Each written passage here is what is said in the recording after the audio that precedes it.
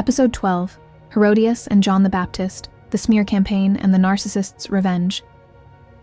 Welcome back to Tales from a Backslider. In this series, we've been exposing narcissism in the Bible and showing how those same patterns show up in our lives today. We talked about Jezebel and Ahab, the manipulator and the weak man. Then we looked at Samson and Delilah, the seduction and the trauma bond. Now, in this episode, we're going to look at Herodias and John the Baptist, the Smear Campaign, the Revenge, and how narcissists respond when their ego is exposed. Biblical example, Mark 6:17-29. Herodias was married to Herod's brother, but Herod took her for himself. John the Baptist, a prophet of God, spoke the truth and called their relationship sinful. And how did Herodias react? She was furious. She couldn't stand the truth. Instead of repenting, instead of facing reality, she held a grudge. She plotted. She waited.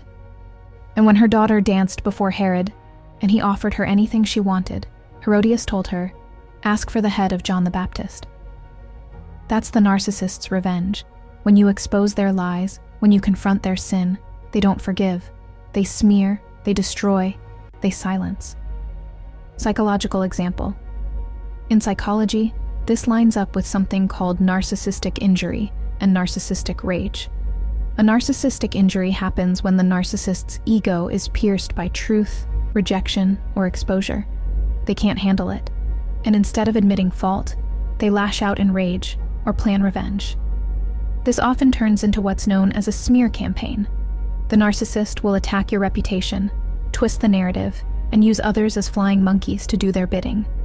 Just like Herodias used her daughter to finish what she started, narcissists today use people around them to execute their revenge. Red pill reflection.